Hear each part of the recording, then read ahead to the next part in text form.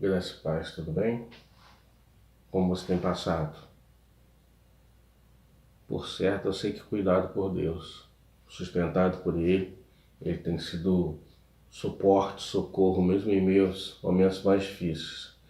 Independente de toda e qualquer situação, independente de pandemia, independente de quarentena, independente de distanciamento social, Deus continua sendo Deus. Ele continua no controle da minha vida e da sua vida. Amém? Estamos dando sequência ao estudo da revista da UBA, né? Crescimento em Cristo. Hoje nós vamos estar estudando a lição número 6, que é a lição sobre seu compromisso com a igreja, né? Você pode estar acompanhando pela revista a partir da página 30 desta lição, né? Mas antes de mais nada eu queria orar. Você pode orar comigo? Senhor Deus e Pai, muito obrigado, Pai. Obrigado pela oportunidade de separarmos instantes para estudar a Tua Palavra, Pai. Senhor, nos abençoa, nos direciona, nos conduz neste estudo, Pai. É a nossa oração em nome de Jesus. Amém, Senhor. Antes de mais nada, eu queria começar fazendo uma pergunta. Para que o nosso corpo todo funcione bem, para que o nosso corpo funcione de forma saudável, de forma ajustada, todo ele, qual é a parte mais importante do corpo? Para que tudo funcione no seu devido lugar, cada parte do seu corpo com a sua função, qual é a nossa principal, qual é a parte principal do nosso corpo? Talvez você tenha dito o cérebro, talvez você tenha dito o coração, mas para que todo o corpo funcione bem, é necessário que todo o corpo esteja funcionando, tudo esteja bem ajustado, que cada parte esteja no seu devido lugar. E olha o que a palavra de Deus diz lá em 1 Coríntios capítulo 12, versículo 27. Diz assim a palavra do Senhor: Ora, sois corpo de Cristo e seus membros em particular. Nós somos membros de Cristo, mas todos nós fazemos parte do corpo de Cristo. Então, para que o corpo, a igreja de Deus esteja bem, é necessário que todo o corpo esteja bem, que todo o corpo esteja funcionando, cada um na sua função, cada um na sua responsabilidade, cada um do seu jeitinho, cada um com a sua história, mas todos compõem, fazem parte da igreja que é o corpo de Cristo. Continuando, a palavra de Deus nos dá algumas direções acerca do que é a igreja através da sua palavra. Nós vamos pensar em algumas delas aqui hoje. A primeira está lá em Efésios capítulo 5, versículo 23. Efésios capítulo 5, versículo 23, diz assim a palavra do Senhor: Porque o marido é a cabeça da mulher, como também Cristo é a cabeça da igreja, sendo ele o próprio Salvador do corpo. O que o apóstolo Paulo no livro de Efésios está querendo deixar claro, e deixa claro para nós, é que Cristo é o cabeça da igreja. Se nós somos corpo de Cristo, se nós somos cada um no seu membro, no seu jeito, na sua função, Cristo é quem governa e direciona este corpo. Cristo é quem conduz este corpo. Cristo, ele é o sumo pastor, o pastor dos pastores. Ele é o cabeça da igreja. Nós somos conduzidos e direcionados por Cristo. E como? Através da sua palavra. Através das direções que Jesus deixou para a sua igreja na sua palavra. E através dessa direção, dessa condução de Jesus Cristo na sua palavra, que nós somos aperfeiçoados, que nós vamos aprendendo e nós vamos caminhando na direção de Jesus Cristo. É o que Ele espera de nós. A palavra de Deus também continua dizendo, lá em Efésios, lá em Atos, capítulo 4, versículo 32. Atos, capítulo 4, versículo 32, diz assim: E eram um o coração e a alma da multidão, dos que criam. E ninguém dizia que coisa alguma do que possuía era sua própria, mas todas as coisas lhe eram comuns. E é interessante pensar, e aí o livro de Atos está narrando o início da história da igreja, né? Jesus, ele veio à terra, ele morreu, ele ressuscitou, ele subiu aos céus, e depois disso os discípulos de Jesus deram continuidade no ministério de Jesus, no ministério dele, iniciando a igreja. E o livro de Atos narra isso, narra esse início da igreja cristã. E esse versículo que nós lemos, Atos 4:32, deixa claro que eles se reuniram e eles tinham tudo em comum. Um se preocupando com o outro, um se preocupando com a necessidade do outro. Eles se preocupavam em estar juntos, se preocupavam em estar em comunidade, em unidade.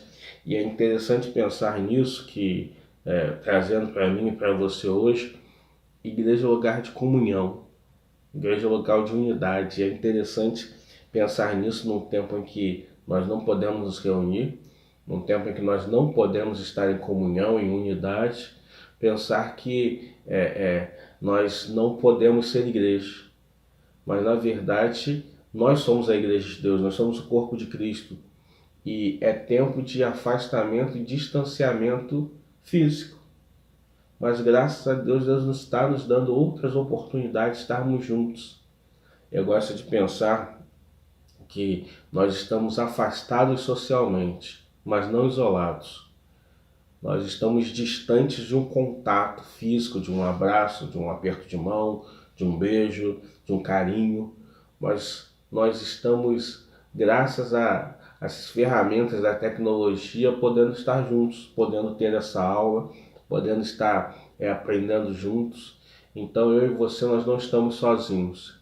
Eu e você, nós não estamos abandonados, nós não fomos deixados, nós fazemos parte de um corpo, nós somos do corpo de Cristo, nós somos especificamente da Igreja Batista de Acari, nós somos acarienses, e Deus tem nos dado a oportunidade de caminhar juntos neste tempo. Graças a Deus que eu e você temos tido a oportunidade de aprender juntos com o Senhor neste tempo, a ser igreja de uma forma diferente do que a gente sempre foi. Mas estamos unidos. Igreja é local de comunhão. Seja você um agente de comunhão na vida das pessoas. A palavra de Deus também continua dizendo lá em 1 Coríntios, capítulo 3, versículo 9, a palavra de Deus vai dizer assim: porque nós somos cooperadores de Deus. Vós sois lavoura de Deus, edifício de Deus. Tanto a lavoura quanto o edifício, eles são empreitadas do ser humano que que demandam trabalho. É necessário que o homem prepare a terra, prepare a lavoura para o plantio. É necessário que o homem, a construção civil, o homem se dedique na construção civil para construir um edifício. E o que Deus nos deixa claro nesse texto, nesse versículo, é que andar com Deus e ser igreja é local de trabalho. Eu costumo dizer isso na classe nossa, né? Que às vezes a gente chega na igreja e parece que está tudo funcionando tão bem, parece que a gente não tem responsabilidade, não tem muito o que fazer na igreja, mas não falta trabalho, não falta responsabilidade, não falta o que fazer. Existem muitas coisas que nós podemos fazer. Se coloque à disposição da obra do Senhor, se coloque à disposição do serviço do Senhor. Você vai ver quão útil você é para a obra do Senhor. E para encerrar a nossa conversa, Hebreus capítulo 10, versículos de 23 a 25. Diz assim a palavra do Senhor: retenhamos firme a confissão da esperança, porque fiel é o que prometeu. Hebreus 10, 23 nos chama a atenção para que os nossos olhos estejam em Deus. Se os dias são difíceis, se as condições são desfavoráveis, que possamos estar esperando em Deus, confiando em Deus, com os nossos olhos no Senhor. Versículo 24. E consideremos-nos uns aos outros para estimular-nos a caridade e as boas obras.